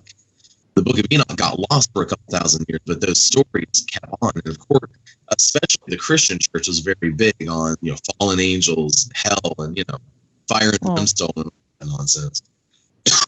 Now, I've done a lot of work with angels, and they've taught me a lot of things. They're the ones that led me to the Gnostic mysteries. They're the ones that led me to a lot of the things that I've been telling you since we've been talking. And they have told me beyond any shadow of a doubt that the entire concept of a war in heaven was made up nonsense. It never happened. It never could happen. It's just, they actually find it laughable. They think it's one of the most ridiculous things that humans have ever come up with. And all of our religious ideas and weird cult and strange mythologies that humans have come up with, that one is one of the pinnacle that they think is ridiculous. Because it does seem so. What actually was going on with these watchers? Or was there no such thing? I mean, did they really come down and do that kind of thing, or? Well, you're dealing with mythology, so a lot of it is allegorical. Was there really an age of heroes? I can't really say. Did Hercules really exist? Did Jason and the Argonauts really exist, or are these just tales? But the point is, in the Book of Enoch, what you're seeing are who just got in trouble. They didn't war on God. They didn't try to, there was no Lucifer in that story. No one was trying to unseat God and take over heaven. It was just a troop of angels who came down here, saw human women, and went, hey, and they couldn't help themselves. And actually, the real crime, the crime was too, engendering these superhuman children, of course, was crime. And sharing the secrets of heaven, that was the real crime. That's what they were really, really punished for. Because they weren't supposed, it's just like Prometheus bringing fire. Remember, he was punished. Or Inanna stealing the arts of civilization from her father. She got away without punishment, as far as we know. The record doesn't say she was punished, but she did have to steal them from the earth. So it's the same story again and again. So these guys, they were fallen in the sense that they disobeyed their orders and did something wrong and were punished. So yes, they were fallen. But that story got picked up by the Christian church and overinflated into this whole concept of war. Lucifer organized an army and went to war against God because he wanted to God and he wanted to control heaven. And all of that it's all nonsense. It's all fiction. There's no historical record. It's not in the book of Enoch. They didn't war on God. They just created the Nephilim and so got punished for it. And the angels have told me that the concept of warring on God is as silly to them as the concept of you writing a story and your main character literally, not figuratively, not that you write it this way, I mean literally jumps up off the page and punches you in the face. You can't war on God. Is all of creation, all of the universe is inside the mind of God. You can't war on that. It would be like a molecule in your body deciding that's it, take over. I'm now the molecule. It just doesn't work that way. That's not how the universe is structured. So there is no war on heaven. There are no fallen angels. There's no group of angels out there who serve this being called Satan, who wants to hurt and kill you. And you know what I'm saying? This whole Christian mythology war between us and Satan, that's completely misguided. There is no war. And that's why before I related it to more like being in a jungle. You're not at war surrounded by enemy soldiers. You are in the jungle surrounded by creatures of different kinds. And they're not evil. They're just doing what is in their nature to do. So if you encounter Samael is Satan's real name. Not Lucifer, but in the old text, Samael was the first and most beautiful angel. He did not war against God. He was punished because he refused to bow down to Adam. Told that Adam is the image of God and you will bow to Adam. And he said, no, I will bow to nothing less than God himself. And so he was punished for disobeying the order to bow to Adam. Samael, in the old Jewish legends, was cast down not to hell, but to earth. He walks on the earth, and his job is to persecute wrongdoing. He is God's enforcer. So if God, like in the Bible, in the Exodus, God decided to send the plague of the death of firstborn into Egypt, Samael was the angel of death that was described in that story as passing over Egypt and slaying the firstborn. So Samael never rebelled against God, does not want to rule in God's place. All of that is fabricated. But Samael is a harsh angel. Samael does stuff that kind of has to do the dirty work of creation. If there is a war, if there is destruction, if there is death, that's in his charge. So we humans are not exactly friendly with Samael. If you are living your life and suddenly Samael appears before you, you've screwed up because God wouldn't have sent Samael if you weren't about to be punished for something. So do you see how these entities can seem demonic to us? There are entities, just like encountering a tiger in the middle of the jungle. There are entities who can and will tear you to shreds, but that is not a moral judgment. They are not evil. They are not serving some source of all evil in the world. The source of all evil in the world is man. I've always thought that. Yeah, I've always thought that. Yeah. Samael is the guy who punishes the bad guys. There's a show on TV right now called Lucifer, and it's a very silly show. It really is. But the first episode, he has a very good explanation. He says, everyone blames me for everything wrong in the world. Every time they do something and screw up, they blame me. But I'm the guy who hunts them down and punishes them for what they did. That's my job. And that was actually very accurate. When you're dealing with these old entities, Samael, as opposed to the Christian Lucifer, he's the enforcer. He's the heavy. So humans don't like him much, but he's just a fact of life, and he still serves the highest God. He never rebelled. So there are no angels. You're not going to meet any entity that just wants to destroy you because, like a scene out of The Exorcist, well, I serve Satan, so I want to eat your soul. That is all. People see that because they expect to, not because there's any reality to it. What do these people that they call, there's a lot of people that think that Satanists are ruling, the controlling elite. I mean, are there such thing as Satanists? And, what are they up to? No. And this is another yes and no, okay? When you talk about what you just described, let's go back to the 70s and the 80s, what they call the satanic panic. That's where that really had a strong grip. And the answer to that satanic panic is hell no, none of that was happening. They were arresting perfectly innocent child daycare workers. They were arresting innocent parents. They were arresting school teachers. They were destroying lives because of this nonsense idea that there's this interconnected network of quote unquote Satanists who are running the world. It's not true. And it definitely has nothing to do with the occult community. So if you meet someone who says that they're a witch or a wizard or a magician, and let's say you meet the 1 out of 10 who would say that, and they're actually telling you the truth. They're not just playing out a fantasy. But no, there's no, I'm a member of a society called the Golden Dawn, and we don't have any say in anything.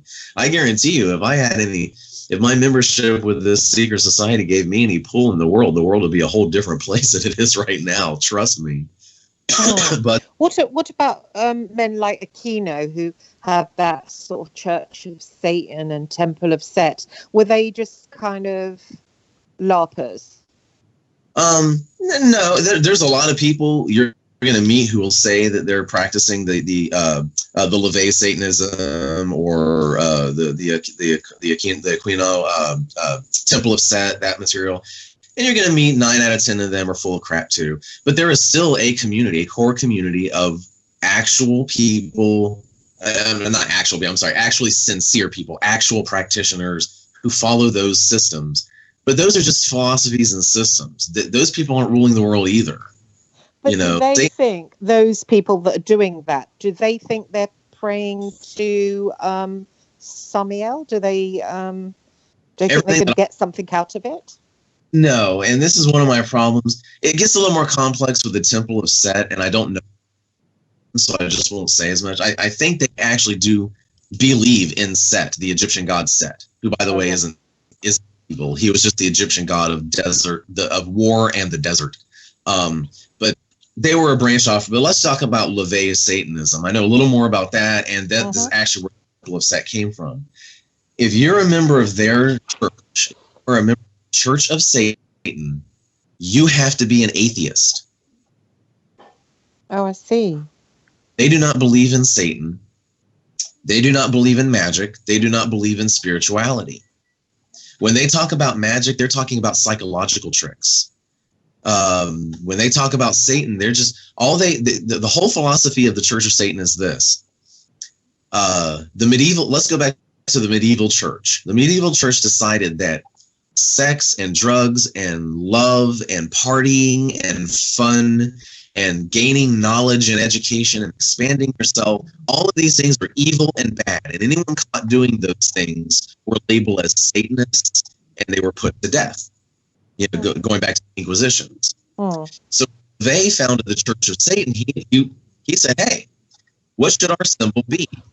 Stand for sex and drugs and rock and roll and hedonism, and enjoy your life to its fullest while you're here in this body, because when you're dead, there's nothing on the other side to go to. You're just dead. So why waste all this time? And since they stood for everything that the church called Satanism, that's why they adopted Satan as their symbol. If Satan was the church's symbol of the bad guy, of the guy in charge of enjoying your life and making yourself a better person, then that's who they wanted to be their symbol, because they saw the church as the true bad guy. Therefore, their enemy, Satan, must be the good guy. But they don't believe in an actual Satan. It's just a symbol to them. Oh, I see. It didn't make sense. So you don't actually get people worshipping that Samael creature because they think it will get them something. I don't suppose they're educated enough, mostly. You will meet people who are trying to worship Lucifer or Samael in a religious sense. They call them demonolators. Not all of them worship specifically Samael or Lucifer, but they do try to worship what they consider to be demonic entities. But my main complaint against that system is that, because remember, I don't believe what they're calling demons are really demons. Yeah. They're not really evil. They're just natural forces that can be dangerous, and therefore they're called demonic. But my problem with the demonolatry is mainly that they approach it from what I consider to be the same misguided standpoint as the church does. That these are evil demons and we want to worship them. And no, they're not evil demons. There's nothing good or evil about them, and you're not supposed to worship them. You can work with them. Work with the nature. That's your job as a shaman, is to work with the spirits of nature. The shaman had to bring the rain, and he had to bring herds for hunting to make sure the crops bloomed, and he had to make sure the diseases didn't come in and attack the tribe. And that was his job. So yeah, it is your job to work with the spirits of nature, protect the tribe, and to make sure that your community is healthy and happy and prosperous. But you're not supposed to worship them. You're not supposed to bow down to them. But going back to the Levite Satanists, they're not demonolators. They do not believe in any of these entities. They are complete atheists. So to them, it's all thought as much, yeah. Now but you will meet people who break away from that and do, like the demonolators, or like the Set. I believe the Temple of Set does believe in the god Set, and they do actually honor him and work with him in a ritual sense. But now I want to get back to the original question, though, because we've gone down this path into what we call the left-hand path, the Satanists, the Temple of Set, demonolators, and it all sounds dark and scary. And this, by the way, is what media loves to focus on. Anytime the subject of magic comes up, it's all of that stuff, because it's dark and it's scary and it's sexy and it's dangerous and it makes good news and it sells papers. That's true. I didn't mean to. I just you're so knowledgeable that I had all these questions, and I thought, I'm going to seize the opportunity to educate myself. That is why, because I was always confused about getting involved in the so-called truther community. Everybody talks about the elitist, and it got. I thought, how can they possibly be? I really don't believe that our elite are busy. I just don't. I didn't swallow it. But now, I can understand it a little bit more about atheism, and I understand it more. Of course, they're atheists. And you don't have to apologize, because it's good I explained all that, because it plays into that question about the elites and the truth movement. Everything we just talked about, that left-hand path of occultism, they're no more in control of the world than those of us who are in the secret societies and ordained priests, and what you might call the right hand. I don't consider myself right hand. I'm in the middle. But all of these people, these are just movements. These are just like religions. I mean, it's just people that are doing their own thing. They don't control the world. Now, where it comes to the elites, why does this keep getting, why do people keep believing this, that they're Satanists and that they're all interconnected and they're doing, that's because the elites are part of the 1% that you keep hearing about, this top crust of society. These guys have their own culture that is 100% disconnected from ours. They do not live in our world at all. They never see our world. I mean, I've actually seen rich people who don't know what a Walmart is. Oh. Okay. So they are disconnected from reality in they live in a little world, and their families go back hundreds, if not thousands of years, and they have lived in that little fantasy land for that long. And they do have odd rituals that they involve themselves in. At Yale, they have I know a lot of your listeners have heard of the Skull and Bones Society. That really exists. That's not a conspiracy theory. They had a website when the internet was new. They put up a website. Okay, so it's not like we have to prove that Skull and Bones exists. Yeah, there is a secret society that has a bunch of really rich, powerful, mainly industrialists in it. They are anti-Mason, and they do have odd rituals that some images of have slipped out. There's a massive Saturnalia ritual that takes place every year out in the woods. And they're very rich and famous, powerful people like the Bushes and the Clintons spotted at those rituals. And they either do a mock human sacrifice or a real one. I actually don't know, but I've seen the images where they put the guy down into the pit and then the flames come up and you hear the guy screaming. I'm hoping it was all just pantomime, but I don't know. So what are they hoping to achieve with all that? These are just traditions that go back a very long way. You could call it magic if you want to.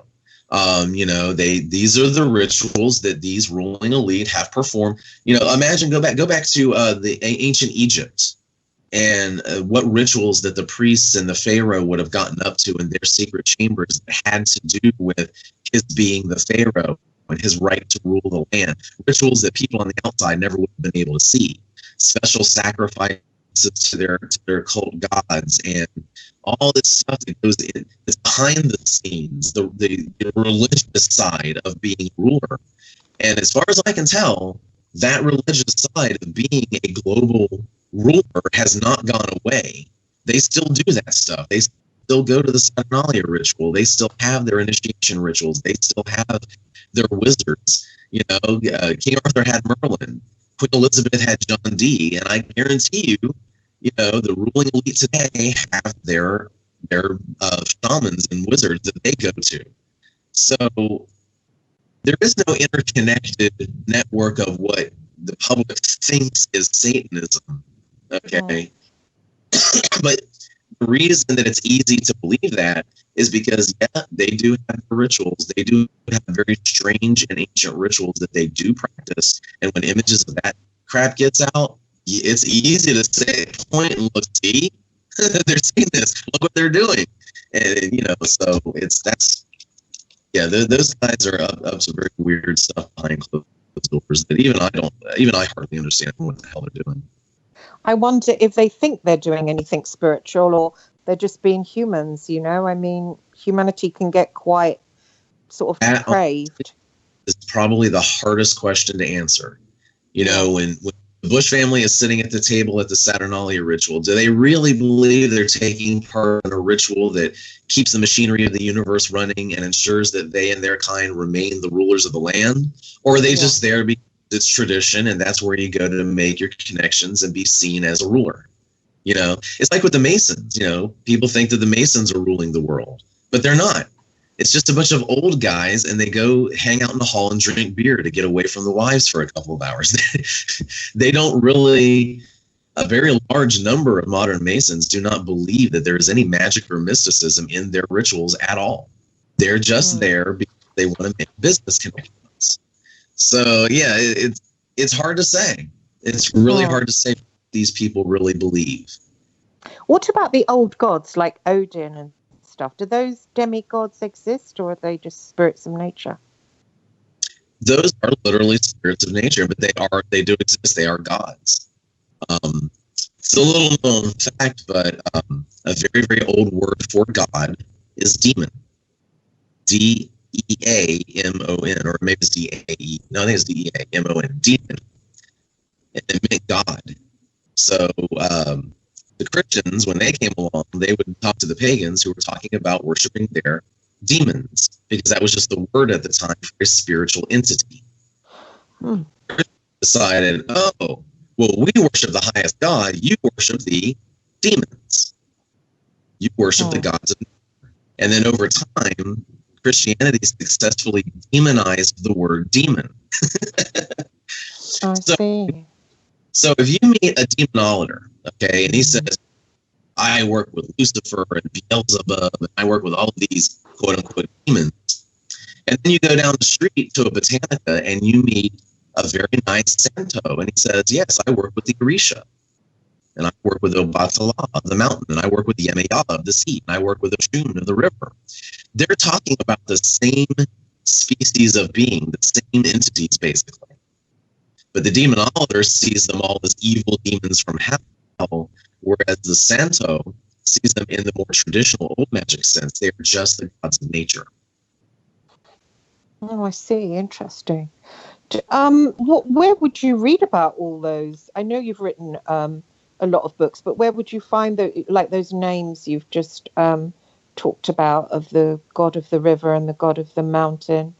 Where would you read about that? Have you written about them? No, I don't write about that. I write about Western systems. So my writings, you're going to hear Michael, Gabriel, Raphael, those kind of names. The names I just mentioned are from Santeria, which is sorry, called Santeria. Santeria. It's basically when the slaves were brought to the New World. Their traditions, their shamans, and their religious traditions were destroyed. I mean, we broke up their families. We destroyed their altars. I mean, it was just completely devastated. When they were brought to the New World, they continued to practice their old religion as best they could. But a lot of the traditions and the altars and all that stuff had been destroyed. So it couldn't have the same structure. And plus, they had to hide what they were doing from their new Christian masters. So they hid their old tribal practices behind a veneer of Catholicism. So instead of worshiping the Orisha, like those names I mentioned, Yemayah, Obatala, Mama Chola, they would say, no, we're worshiping Mary, St. Luke, St. Christopher. And so they hid behind Catholicism, and that tradition of the African religion being practiced underneath Catholicism was called Santeria. Oh, literally working the saints, Santeria. If you think about over here on this side of the pond, the American South, Santeria, Voodoo, Santeria's real name is Lukumi. So Lukumi, Voodoo, Candomblé, there's all sorts of different branches of it now. But they call them the African traditional religions, but it's New World practices of the old African traditions. Oh, right, interesting. Is that what you write about? No. No, I don't. I learned an awful lot about magic and how to work with spiritual entities from a Santo. His name is Oshani Lele. And honestly, if you're going to get books about the African traditions, his books are the ones to get. He is both loved. How do you spell his name? It's Ochani,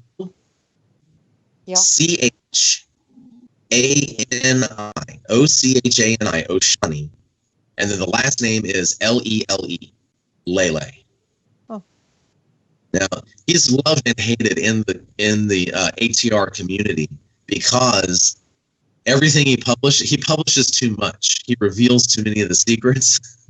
So people in the community are angry at him for publishing material that they think shouldn't be published. But they also like him because he's not publishing a bunch of BS. Because most books we find on the African traditional religions are written by people who are not initiates and don't know what they're writing about. So his books are actually sound. So they both love and hate him for that reason. So if you're going to read about those, definitely get Oshani Lele's books. Oh, excellent. Which one can you recommend? Honestly, I can't. He has written so many I haven't been able to keep up. And some of them are specific. Like he's got one on the Delagoon, which is a divination system that they use. So if you want to learn how they talk to their gods when they're asking questions, that book is there. But there's so many others I couldn't even tell you. I wouldn't even know where to start in his library. if I just wanted to learn Santeria or learn about his tradition, I would have to ask him where to start because I wouldn't know. So what tradition do you follow, Aaron? Well, other than being a Gnostic priest, I follow what's called the Solomonic tradition. It's very much like Santeria in that it works directly with the gods and spirits of nature. But of course, rather than calling them Orisha, we deal with archangels, and we deal with, so, instead of say, I'm trying to think of a good parallels. They don't always match up, but, and instead of Shango, who in Lukumi is the god of the storm, and he's the warrior god, and I would work instead with Samael. So, I would work with the archangel version of that. Or instead of say Yemeya, who is their goddess of the sea, I would work with Ashira, who was basically God's wife from the Old Testament, where she was kicked out of the temple. So basically Western equivalents to, not that I'm drawing these entities from the African traditions, but if you compare the two, you'll see that the practices are fairly similar, but we deal with different pantheons of gods. In your magic, do you do, which is something I've come across a lot, and something I find myself doing without like doing it consciously, being astrally awake, like dreaming, but like being awake in it. But I can't do it like at will. I just find myself doing it. And then, of course, you encounter others and it can get all a bit, they're not always nice. Not entities, I mean other human beings, that aren't that great. Do you work that in your magic? Do you teach how to do that properly? Is that part of magic? Well, it can be part of magic. There are a lot of divination techniques that instead of staring into a crystal or using a pendulum or a cup of wine or a bowl of oil, like I mentioned before, instead you do the spell and then go to sleep. And the angel will actually come in your sleep and come to you in your sleep and answer your questions. But personally, no, I don't really work with that. And I'll tell you why. I have, at several periods in my career, attempted to develop lucid dreaming abilities. And I know the techniques, and I've had success with them up to a point, but there seems to be something in my brain that only lets me get to a point. And I don't want to bore your listeners, but there's actually a process that happens every time I do this, and I end up exhausting myself and then backing off. I think I've dreamed lucidly maybe, I want to say 3 or 4 times in my entire career. I achieved it. And at least 2 of the dreams, someone in the dream talked me out of it. Told me, this is a dream, you're crazy. This isn't a dream. And actually talked me out of it in my dream. In one, I distinctly remember being completely aware that I was dreaming and then having no earthly clue what to do with it. I literally just sat there in my dream going, and I think I do remember having maybe 1 or 2 lucid dreams where I realized I was dreaming, but didn't try to interfere. I just let the dream play out. And those were actually interesting experiences. I actually met other people and had some emotional connections with people in those instances. But I mean, that's 2 instances I was able to achieve that in my entire career. And I've been doing this since I was 15. I'm in my mid 40s now. So yes, it can be done. Some people are good at it and do it. I do know how to do it, but I don't really teach it because it's just not something I've had enough success with to try to teach it to other people. So I work directly with them. I don't work with them through dreams. Even with scrying, I'm not a natural scryer. I'll tend to hear them rather than see them. I'll tend to feel them rather than see them. But my wife is like a natural medium. You can sit her in here, and I can do all the rituals to call the angels and get their attention. And to her, it's like they've just walked into the room and saying they're talking to her. She's amazing. So I rely on her. This is like John D. and Edward Kelly. If anyone's, if any of your listeners are familiar with this too, we work the same way. I call the spirits, she sees them, and then I record what she tells me that she sees. Oh, excellent. And then do they go into your books? You write what they tell you into books. What do you do with your communications with them? Well, if it's something that I'm allowed to share publicly, so far I've always just written a blog about it. You can go onto my blog now, and I have records of different evocation and offerings and spells, talismans and spells and stuff that I've done with the angels. And I will write a journal entry. I'll explain how I did it, all the symbolism and everything, and then the last part of the blog will say, okay, now here's how we did it, and here's what we did, and here was the results. But I've never generous of you. That's generous of you to give that away. And what is the name of your blog, Aaron? Just go to it's my name, all one word, AaronLeech.wordpress.com. And the name of the blog is Ananiel, which is an angelical word. It means true and secret wisdom. Sorry, the name of the blog is, say that again? It's Ananiel, A-N-A-N. Oh, Aniel. Okay, got it. Excellent. And of course, you're on Facebook as well, aren't you? Which is nice and handy. And there's also a link to your shop where you can buy those beautiful oils and other stuff, which is great. That you can get hold of you there. Yeah, you've got. I'm on Facebook under my own name, Aaron Leech. You'll know it's me because I'm sitting in front of the Ecto One from Ghostbusters, right next to the sign that says "We believe you." I really liked your.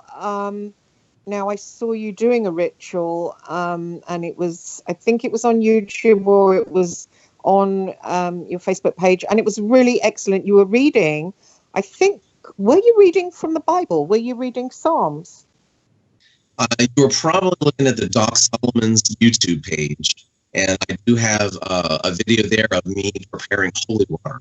Yes, holy water is used in a lot of, whether you're just a spiritual religious person or you're using magic, holy water is important. And these days, if you go to a church and ask for holy water, you're basically getting tap water that the priest has maybe made a cross over or maybe said a prayer over. But the old school, the real way to make holy water, there's a formula for it and a recipe for it, and I actually make it that way.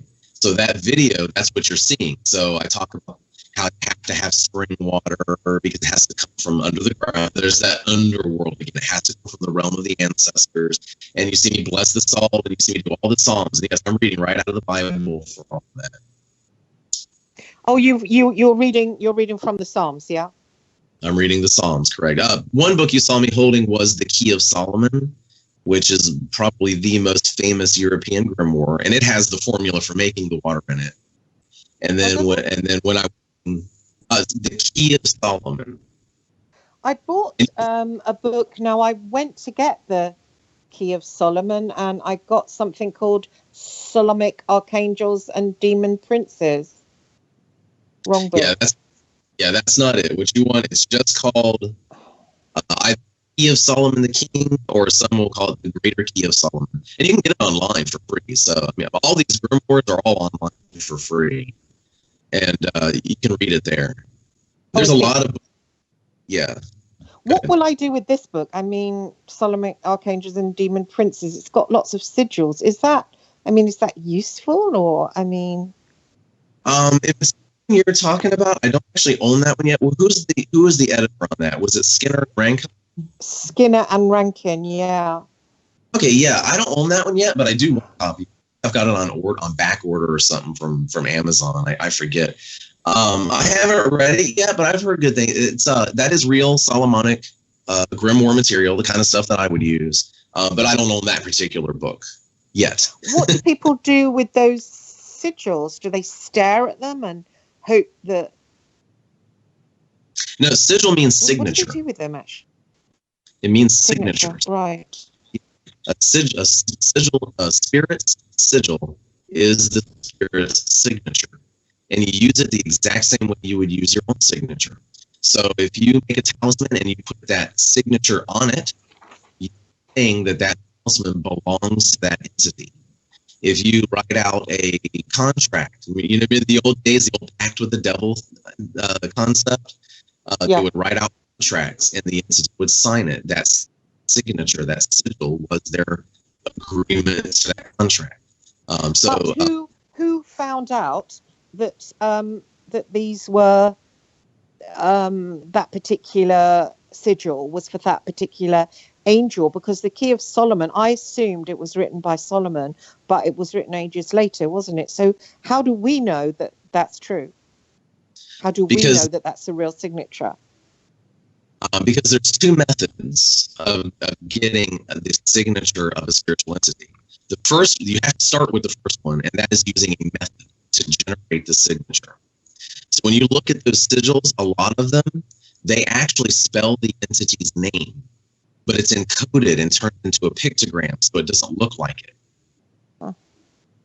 So what you would do is you would use some method of generating sigils.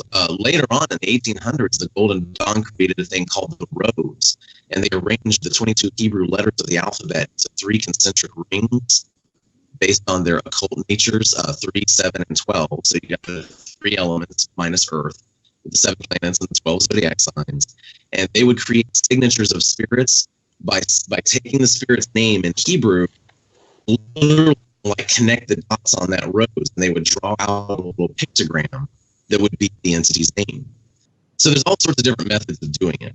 And you use that kind of method to make a hieroglyph of the entity's name. You use that to call the entity, and then you ask the entity, what is your real signature? And then that entity will show it. That's the other kind of sigil that you'll find in the grimoires. If they don't directly spell the entity's name in some fashion, then it's probably a pictogram that was given directly to that prior by the entity. Oh, I see. So it is like a doorway. It's a way of calling them. Yes, yeah, or more like a phone line, you could say. There's an old axiom that says where the signature is, the entity is. So Really? So the idea being, if you write the entity's name, if you draw his sigil, or if you state his name out loud, you are invoking a formula that gets his attention. They can hear you. So if we're sitting here talking about the Archangel Michael's up there going, hey, these guys are talking about me. What are they doing? He's looking. So the concept is, if you're doing a spell, you have this talisman on your altar, and it has that signature, that entity signature on it, then by definition, that entity is there. And your job is just to open it up and open the gates and call them through so you can talk to them. So I just wanted to ask this. So that book, The Key of Solomon, no, these sigils, like it's got in this book that I got the rank in, there's lots of sigils. It's a book really mainly just of sigils. Where did they evoke them themselves? Oh no, they got them from these old ancient books. They would have either gotten them from other books, or they would have generated them through one of the methods I mentioned, or they would have done one or both of those to contact the entities and ask for unique sigils. You'll see less of those, though, in the grimoires, because usually when you ask an entity for its secret sign, you're not actually supposed to publish it. And there's even one grimoire, it's called the Arbitel, that says that if an entity gives you his signature, that signature is like only good for so many years or something before it's invalid. So what it's basically telling you is, if you get an ancient book on magic, those sigils are no longer valid. You can use them, but once you contact the entity, you're supposed to ask for a new one. Is what it's trying to tell you. So, yeah, that's what those are all about. We use those with spirits and angels and entities the same way a lawyer or a corporation say use your signature contract. It actually gives you legal authority over the spirit. I see. And do they not mind, us sort of bossing them around? I suppose we don't really. You're just, it's like communication. You don't want to like have them as like servants or anything. Well, they will. Like, I have familiars who do a lot of good work for me. And of course, my guardian angel, I always work with her. Like I said, you do that and so you die. Working with your guardian angel, that's a lifetime. But one thing that the Grimoires have a reputation for, is even in occult circles, if you mention Solomonic magic, a lot of people have a knee-jerk reaction that it's about summoning these entities against their will and putting chains on them and forcing them to serve you. And you can ask, well, how do they like it? Do they actually like serving us? Well, first of all, we do not actually force entities to serve us. You don't want to force any spirit to work with you. You want to build a relationship with it. If you actually chained it and forced it against its will, you will have made an enemy in the spirit world, and you will spend your entire life fighting with this thing. You actually want to call spirits who like you and want to work with you and are happy working with you, and that you have a good working relationship with. And it's all about building that relationship over years. That's another thing that we have a reputation for. Well, I need something. I need a new car, or a new job, or a new house. So I'm gonna open this book, and I'm gonna look through this long list of sigils and spirit names, and here's one that says it can get me new houses. So I'm gonna set up my ritual and summon this entity and demand a new house at threat of torture. And then the spirit's gonna go get me a house, and then I'm never gonna contact that spirit again. I'm gonna move on. And that is also false. That's not how it works. You have to get to know these entities. You have to summon them again and again and again so that you know who they are, they know who you are, and you can work together. If you just cold contact spirits your whole life, then you're not generating any friendships on the other side. And without friends on the other side, you don't benefit. You don't what? Sorry, what was the... don't benefit, yes. I can see that because it's like rudeness, isn't it? Well, and this is what happens with the Catholics. If you go on to YouTube right now and just search for the word exorcism, most of what you're going to find is Catholic exorcism. And it's like the movie The Exorcist. It's, the power of Christ compels you, and you have to tie the person down, and they're thrashing and screaming and cursing and aggressive and hostile scene. But if you keep going through the video, find some exorcisms that are done in, say, South America or Africa that are being done not by Catholic priests, but like by Santos and, actual shamans who've been doing this kind of thing for thousands of years. And nobody's tied down. Nobody's yelling and screaming. They'll sit the person in a chair and they'll just talk to them. You hear? What's wrong? What do you want? How can we fix this? So it's like a night and day. And if you, like the Catholics did, approach the spirit world as if you're at war with it, it will oblige you. It will reflect your expectations. And you will spend your entire life fighting these entities, and they will do everything they can to get one over on you and get out of your control. And in the 80s, spirits will eat your head. And this is when you see people who have, the person's not even there anymore. They're being ridden and driven by demons. Jesus, that's terrifying. Yes, and this is a big problem in the ATR communities, especially in South America and Haiti, where you have these corrupt priesthoods that are using their spirits and their magic to intimidate and hurt other people instead of serving their community the way they're supposed to. A lot of people do that. Yeah, a lot of people that practice magic, they just seem to use it, obviously, not in your class, that level, that high level, but, the lower people who are trying to, it always seems to be to threaten.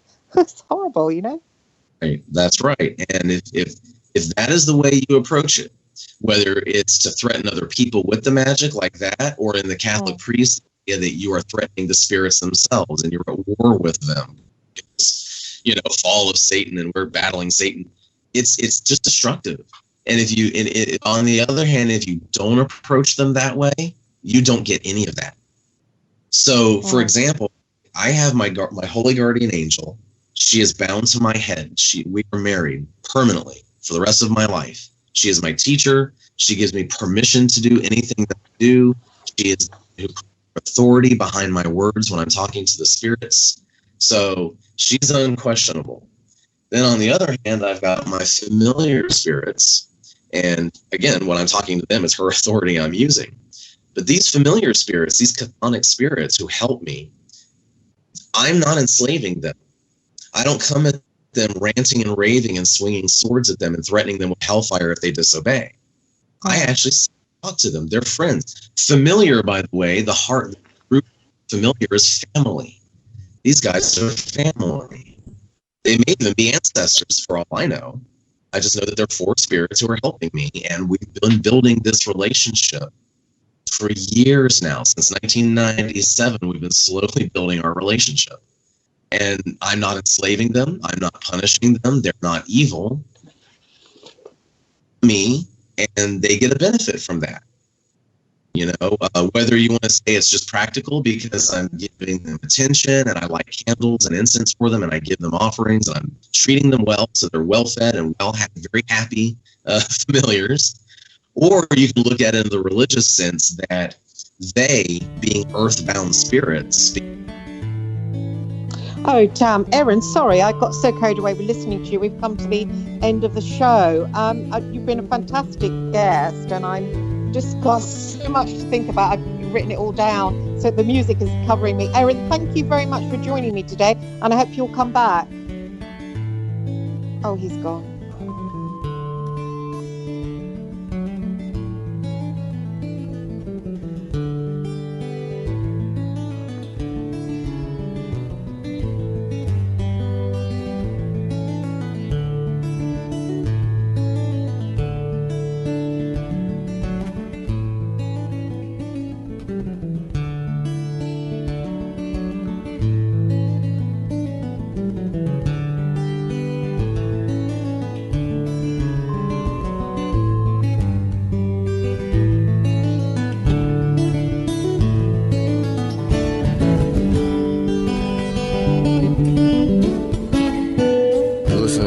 Radio at freedomslips.com, and we'll be right back after this message.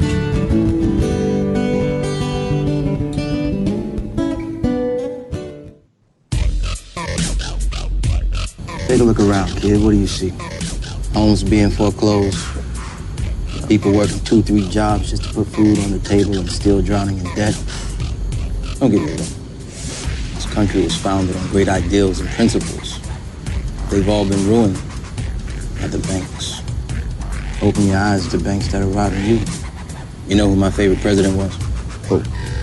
Thomas Jefferson. Because he saw all of this coming and tried to stop it. He fought the banks. JFK too, and they killed him for it. The banking institution is more dangerous than an army, he said. He also said that every generation needs a revolution, Jimmy. The American dream is just that. Just a dream. War is a continuation of politics, only by other means.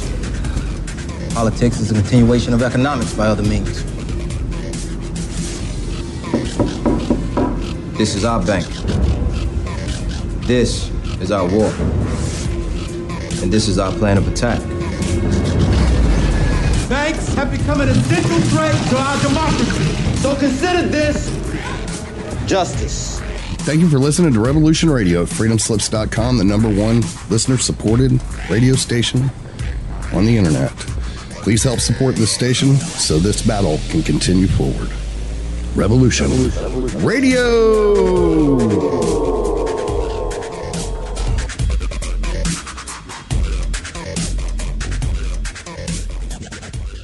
This is the people's war. It is our war. We are the fighters. Fight it then. Fight it with all that is in us. And may God defend the right. Warning! Warning! We gotta stop them! They're gonna kill us all! See how the trouble you've started? Be they the government, be they industry, be they organized labor, be they anyone, or human beings. Time when the operation of the machine becomes so odious, makes you so sick at heart that you can't take part. You can't take part. And you've got to put your bodies upon the gears of the